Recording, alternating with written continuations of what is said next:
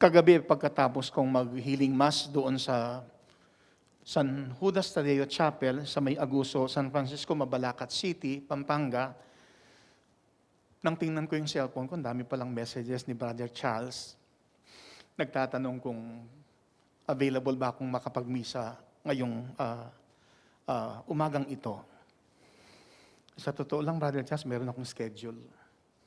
Nag-adjust, nang paulakan ko yung paanyaya na pangunahan ng misang ito sa kapistahan ni San Jeronimo, pari at pantas ng simbahan. Supposed to be sa oras na ito, dapat may schedule ako, anointing of the sick, sa isang parishioner, na pagkatapos mag-stay ng 23 days sa hospital at 5 days doon, nasa ICU siya, sinamantala yung pagkakataon na nang makauwi, nag-schedule kami na bisitahin siya upang tanggapin niya ang sakramento ng paglalan niya sa may sakit. Minabuting kaninang 8:30 na lang ginawa yon. Mayroong isang schedule na in-skip na muna, siguro next week na lang yon. Pagdating namin sa kwarto ni Brother Necting Lingat, dating EMDC ng parokya, at kasamahan din sa Parish Finance Council, bago sa panahon na nagpahinga siya, kasi nga sa kanyang katandaan at lalo na't nagkasakit.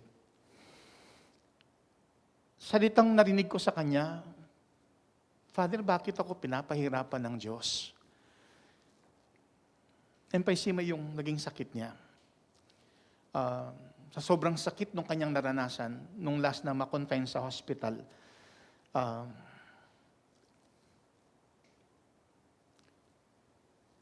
ititigil na rin niya ang kanyang paninigarilyo. Siguro dahil ayaw na niyang maghirap, katulad nung kanyang naranasan. Nang marinig ko yung mga salitang, Father, bakit ako pinapahirapan ng Diyos? Naalala ko yung yumaong tiyahin, si Tita Waning, na sa mga nagdaang mga araw, sinasama sa panalangin para makamit niya ang kagalingan. Siya na nagsasabi, di naman ako gumawa ng kasalanan, ng mabigat na kasalanan, pero bakit ako pinapahirapan ng Diyos? Kulang na lang sabihin niyang, bakit niya ako pinaparusahan?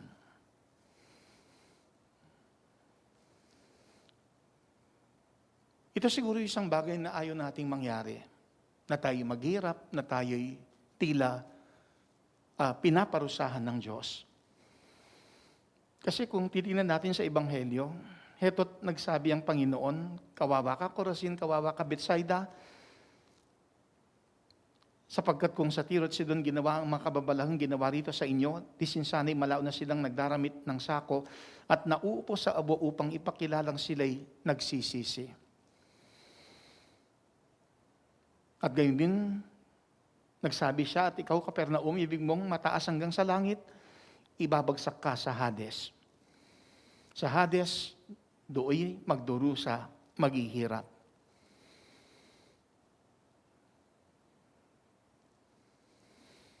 Pinapahayag ng Ebanghelyo na sa buhay maaari nating maiwasan ng kaparusahan. Kinakailangan lang nating pagsisihan ng ating mga kasalanan. Kaya't hamon ng pagdiriwang na ito, mga kasalanan natin ating pagsisihan nang sa gayoy maiwasan ng kaparusahan. Mga kasalanan natin ating pagsisihan nang sa gayoy maiwasan ang kaparusahan. Sinikap kong isuot ang kasulyang ito at itong alba, ito'y gawa ng yumao kong tiyahin na si Dang Waning. Kung papaanong kagabi, yung isang violet na ginawa rin niya ang sinuot ko, sabi ko sa pamilya, ito'y pagpapugay lang sa yumao bilang pagkilala sa kanyang kabutihan. Si Dang Waning, nung mga bata kami, ewan ko kung nabanggit ko na nang minsang magmisa, siya yung nanggugupit ng aming mga buhok since grade school at hanggang high school. Pero nang magbinata, doon na lang siguro nagpagupit sa barbershop o sa parlor. Mananahay si Dang Waning. Sastre sa Kapampangan. Sa Tagalog, ano yung sastre? Ganun din? Same word? Sastre din sa Tagalog? Kasi iba yung sa modista naman di ba? Mga uniforme namin noon, si Tita Waning ang nanahi. At maging ngayong pari ako, suot kong alba at kasulya ay gawa rin ng yumaong tita. Although nung mga panahon yon, parang tulong na rin siguro sa kanya para magkaroon siya ng extra income, imbis na bumili ng ready-made, ang ginagawa ko ay bumibili na lang ng tela at sa kanya ko pinapatahi nang magkaroon siya ng extra income, nang matulungan siya kahit papaano. Pero kagabing magmisa ako, first night ng burol, bago ibigay yung final blessing ng misa, yung panganay na kapatid ng nanay, si Dang Loleng, nagbahagi na nung mga panahon na nagkasakit si Dang Waning, heto't isang araw nagsabi siya, sana tumama ako sa weteng para matulungan ko si Ate Kulot. Si Ate Kulot niya, si nanay yon, para raw maipagawa na yung bahay namin. Doon ko lang nakikita yung kabutihang kanyang ipinahayag, na kahit meron siyang karamdaman, nais pa rin niyang isaalang-alang kapakanan ng kanyang mga kapatid at kami na rin na kanyang mga pamangkin. Maging daan nawa yung kabutihan upang maiwasan ang kaparusahan. Nang sa gayon doon sa langit, makamit yaong kaligayahan at hindi kaparusahan doon sa Hades. Kaya mainam ding isaalang-alang na sa araw nito pinagdiriwang kapistahan ni San Jeronimo. Ang malaking contribution na naibigay ni San Jeronimo ay yung kanyang sa loob ng 30 taon na sinikap niyang maisalin sa wikang Latin ang banal na kasulatan na tinawag na Vulgata. Pero hindi lang yon, marami din siya mga komentaryong naisulat marahil upang mas maunawaan ang banal na kasulatan nang sa gayoy maging daan ito upang maisabuhay ang banal na kasulatan. Batid naman natin, isang mahalagang bagay lang naman ang pwede nating isaalang-alang upang maisabuhay ang banal na kasulatan. Pagmamahal ang pinakamensahe ng banal na kasulatan, at kapag tayo nagmamahal, gumagawa ng kabutihan, ating naisa sa buhay ang banal na kasulatan. Na sana'y maging daan upang kaligayahay makamit sa piling ng Diyos doon sa langit at hindi kaparusahan doon sa Hades. Mainam na bigyan natin ng halaga ang mensaheng pinapahayag ng Ebanghelyo. Na sa kabila man ng ating kahinaan, magkulang man, magkamali, tayo'y patuloy pa rin binibigyan ng pagkakataon ng Diyos upang maiwasan ang kaparusahan doon sa Hades. Bagkus hangad marahil ng Diyos doon sa langit ay makamit ang kaligayahan. Kinakailangan lang nating pagsisihan ang ating mga kasalanang nagawa. Sa mga nagdaang mga araw, umamin ako sa pamilya na hindi ko inisip na isang araw na pakiusapan ng ang tiyahin na yumao na tanggapin na lang niya na talagang kung hanggang doon na lang siya. Kaya sa marahil ng pamilya, patuloy akong nanalangin at lumaban na sana sa kaloob na biyaya ng Diyos ay makamit pa rin ng tiyahin ang kagalingan. Lumaban din naman kasi ang tiyahin namin.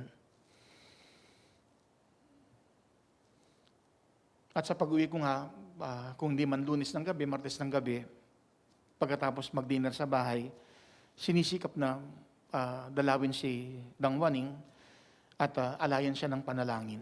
At napapansin nung bunsong kapatid ng nanay na si Dang Belen na kumakalinga sa kanyang kapatid na nakatatanda, na kapag bumibisita ako, lumalakas ang boses niya.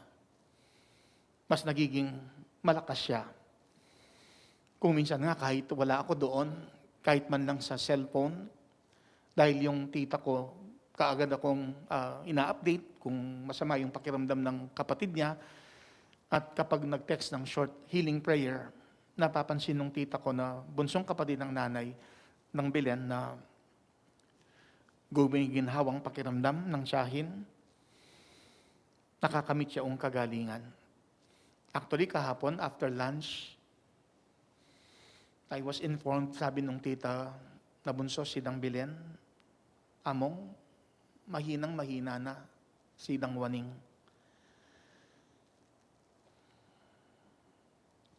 Hanggang sa magsabi rin yung bunsong kapatid ng nanay na among parang wala na yung oxygen kasi oximeter ba yung tawag doon? Yung nilalagay sa daliri? Yung pang-measure ng oxygen level. Ayaw daw umandar. So, naging daan yung binigay nung bunsong kapatid sa kapatid niyang may sakit yung telepono at sinabihan siya, eto si Father. At nang mag-hello ako, nag-hello siya. Nung oras na yon, nahirapan na siyang magsalita.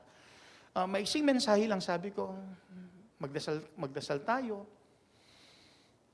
Ipaanyaya na hilingin sa Diyos ang biyaya. At pagkatapos naming mag-usap, umandar yung oximeter. Para sa akin, yung isang tanda, minsan pa, na mayroong biyaya na kaloob ang Diyos para sa Kanya. Pero sa paglipas ng ilang oras, nagsabi yung tita ko na, among, ano sa Tagalog yung migpakandong yan? Ganon din? O nagpakalong?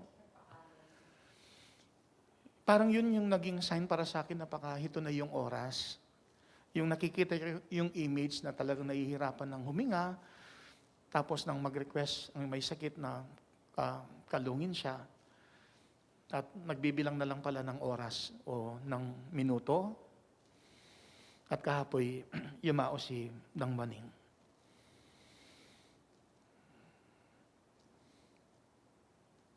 Bakit ako pinapahirapan ng Diyos? Bakit ako pinaparusahan ng Diyos? Yo'y naipahayag niya sa mga panahong naghihirap siya sa kanyang sakit na kanser.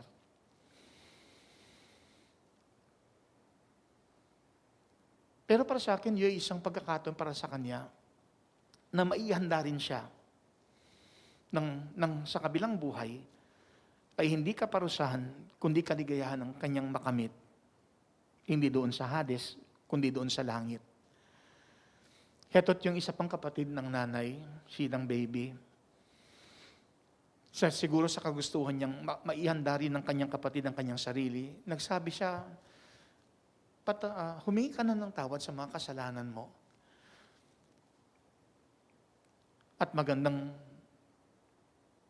bahagi ng Ebanghelyo'y pinapahayag na yaong pagkakatong binigay ng Panginoon sa Corazin, sa Bethsaida at maging sa Capernaum ay pagkakataon upang maiwasan ang kaparusahan.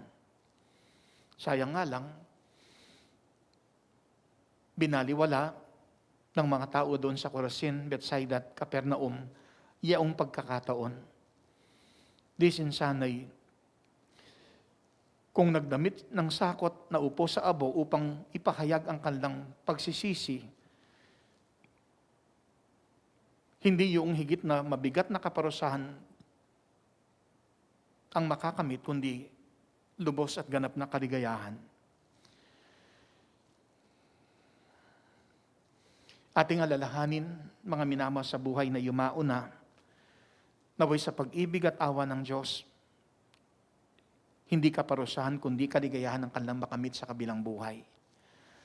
Ating ipagdasal ang bawat isa na sana patuloy tayong maglakbay sa mundo't ating samantalahin yung pagkakataong kaloob ng Diyos. Una, isabuhay natin ang banal na salita ng Diyos. Gumawa ng kabutihan, magmahal. Sa kabilang banda, tanggapin natin walang perpekto sa atin. Mayroon tayong kani-kanyang kahinaan, nagkakamali, nagkukulang, nagkakasala. Subalit, patuloy pa rin tayong binibigyan ng pagkakataon ng Diyos upang makamit ang kaligayahan, hindi ang kaparusahan sa kabilang buhay.